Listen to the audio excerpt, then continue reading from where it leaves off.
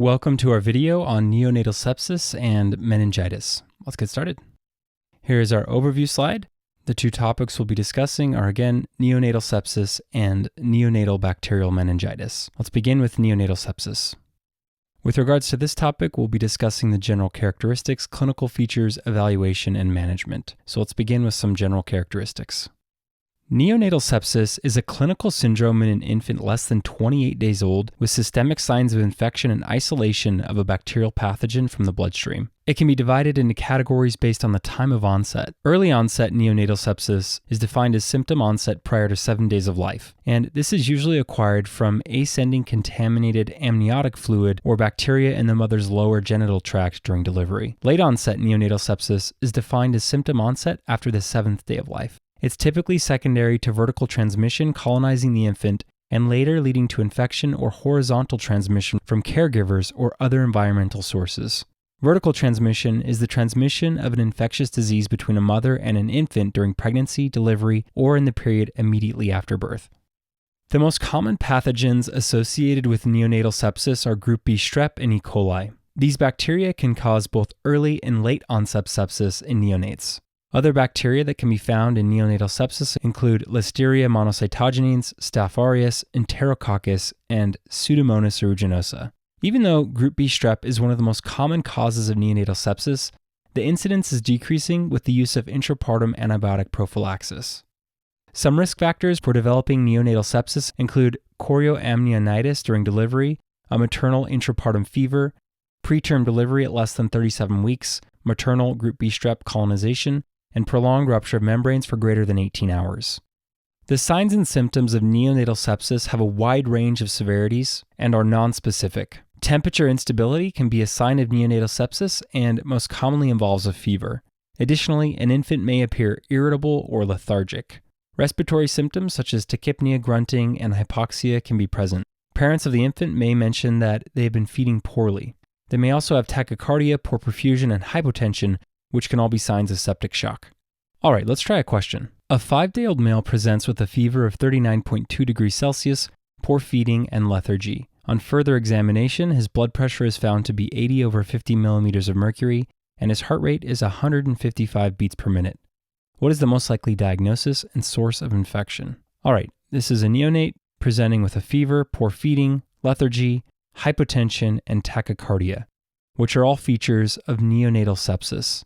Since this neonate is less than 7 days old, this is early onset neonatal sepsis and is most likely due to contaminated amniotic fluid or bacteria from the mother's lower genital tract during delivery, which was passed on to the neonate. When an infant comes in with signs and symptoms of early onset neonatal sepsis, they require prompt and thorough clinical evaluation. This should begin with a thorough history of the pregnancy and birth of the infant, paying special attention to any of the risk factors mentioned earlier. Laboratory workup should include a CBC and blood cultures.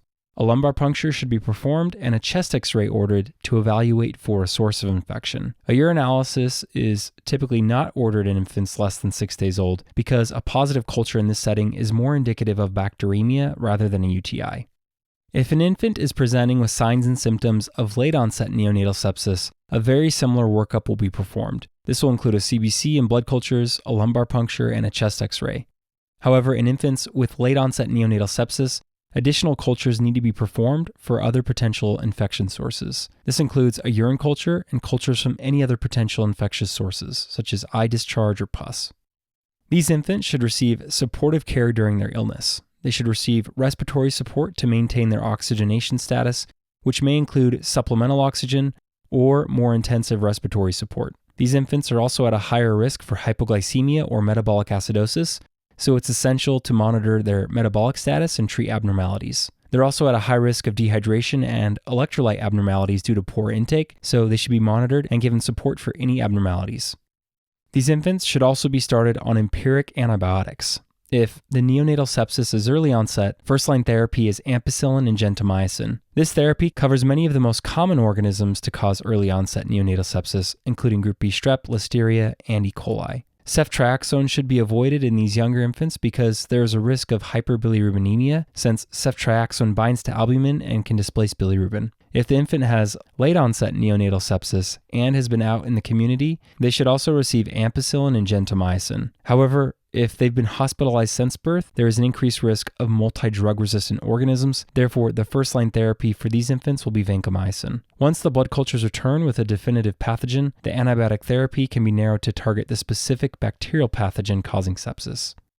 All right, let's try another question. If a 3-day-old neonate has a positive blood culture and is diagnosed with sepsis, what antibiotics should be started empirically? What pathogens are important to cover with the empirical treatment? All right, if a neonate less than 7 days old is diagnosed with sepsis, then it's considered early onset neonatal sepsis. Empiric therapy for early onset neonatal sepsis is ampicillin plus gentamicin, and the organisms we're covering for include group B strep, listeria, and E. coli. All right, now that we've covered neonatal sepsis, let's move on to neonatal bacterial meningitis. Again, we'll be discussing the general characteristics, clinical features, evaluation, and management, beginning with general characteristics. Neonatal bacterial meningitis is most common during the first month of life. The most common pathogens include group B strep, E. coli, and other gram-negative bacilli. Risk factors for neonatal bacterial meningitis are similar to the risk factors for neonatal sepsis. They include low birth weight or preterm infants, premature or prolonged rupture of membranes, and maternal peripartum infection.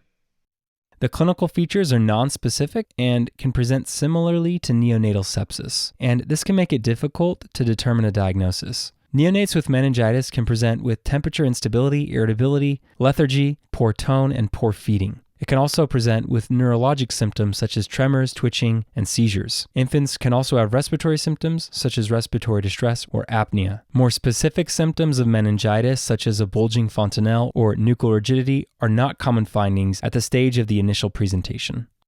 When evaluating these infants, a full history of the mother's pregnancy as well as the neonate's birth should be obtained.